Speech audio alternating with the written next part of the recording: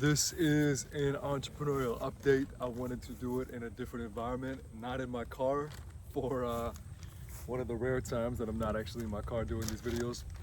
So I found this beautiful park.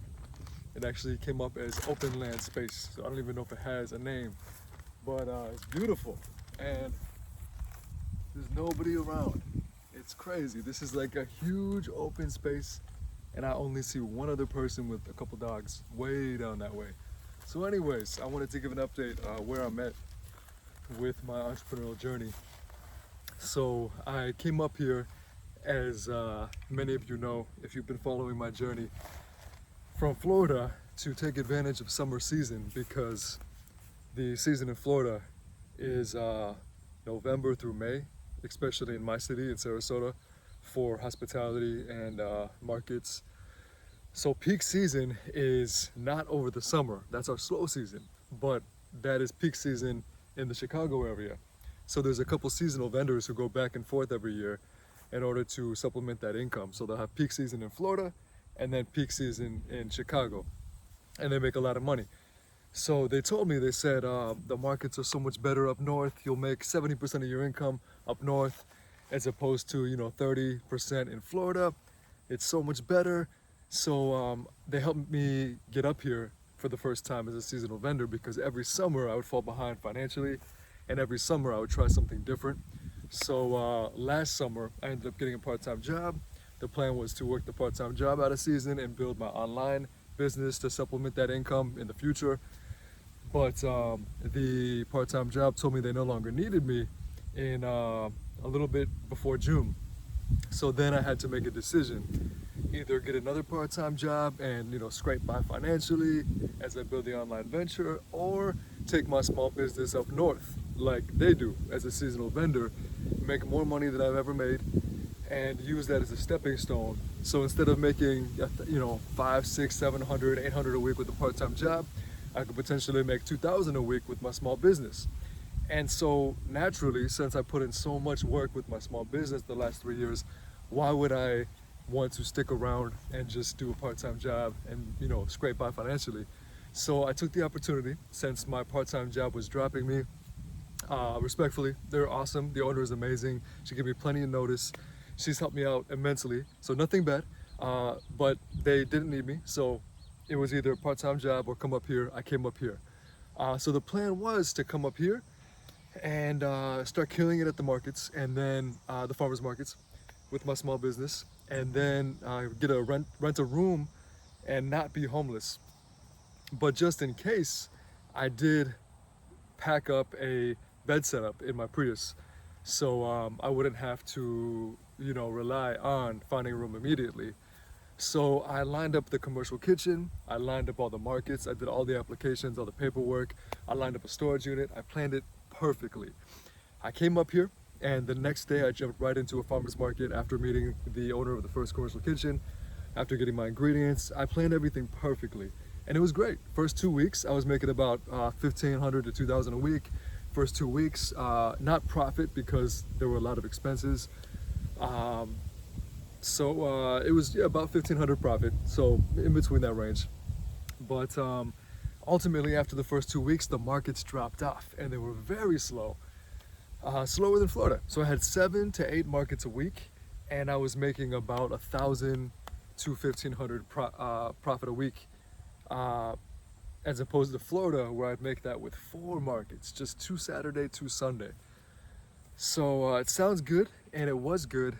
But then I got the first invoice for the commercial kitchen, which in Florida I paid $700 a month and then $600 a month for my commercial kitchen.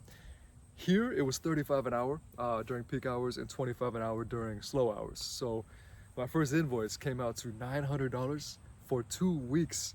So $1,800 for the month. So that killed me. So I tried to reduce my hours as much as possible, but I would try to clean while I cooked, and wrap and bake at the same time. I tried to compress that as much as possible, and I couldn't do it anymore, and it was still about 700 every 2 weeks, which I couldn't afford. So I left that commercial kitchen as I happened to find a co-packer, which was a great opportunity because I had always wanted to find a facility that could make my products for me. So the plan was to fully utilize that co-packer and go business to business to scale. So we had the first month, I taught them how to make the product. They started making the product for me. It was beautiful. The owner was also amazing. Really good people up here. Owner of the previous kitchen was awesome too.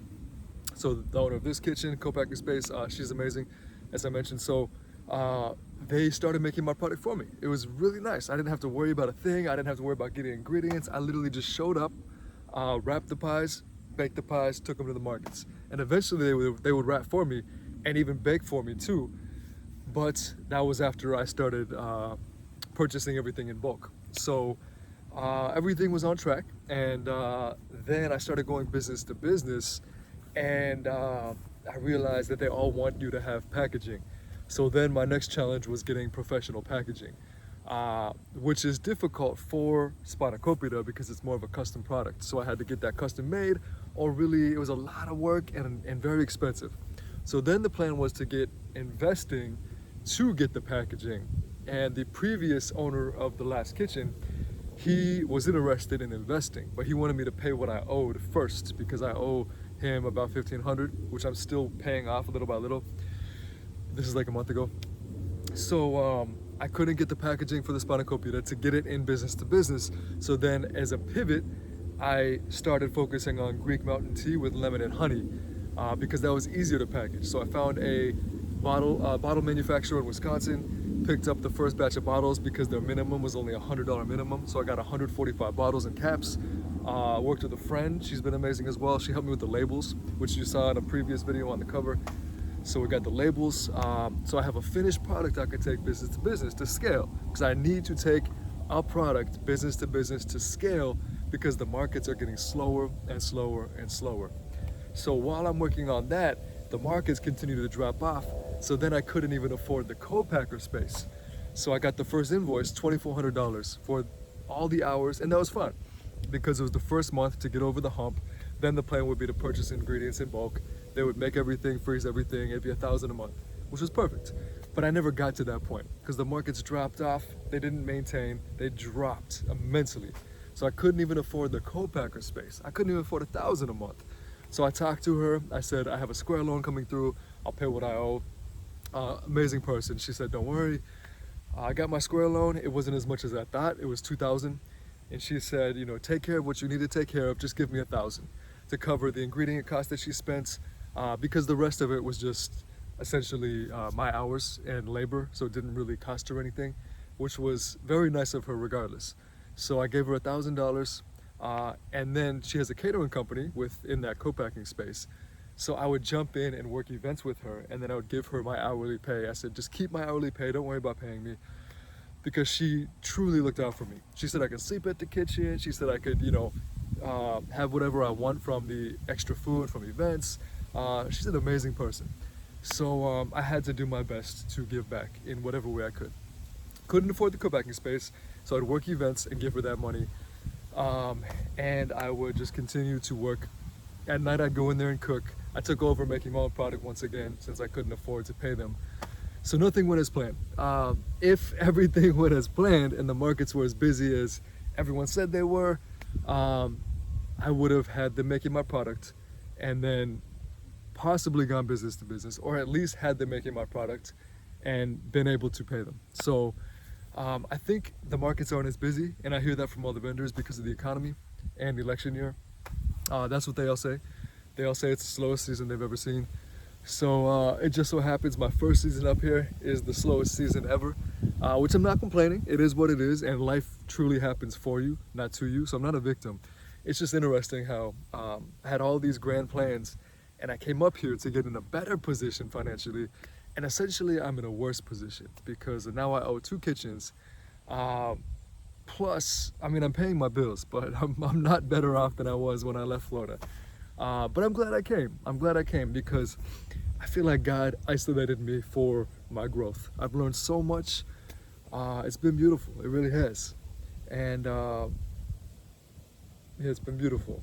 With my relationship, I'm actually back with my girlfriend, and we have a new appreciation for each other. So we were only separate for about a month and a half. In a previous video I mentioned that things were tough. You know, she realized after a month and a half apart really only a couple weeks of no contact that we couldn't leave each other alone. And we don't have any doubts we want to be with each other. So relationship is better than ever. I flew back a couple weeks ago. I'm flying back in another couple weeks. I got a cheap ticket. And then I'm going to return home now that I'm back with her, instead of taking off and traveling America, which was the plan. I'm going to return home end of October. And so things are good. I'm grateful for her back. I'm grateful for a new chapter with her, to finally experience a normal relationship. And so now the challenge is making money now while I launch my online venture, the fitness brand, slowly build the road trip brand. I want to let go of Greek triangles because I want weekends off for the first time in my life. I want to have a normal life and have balance. But so this leads me into the next step. But since I'm at the 11-minute mark, that's going to be the next video.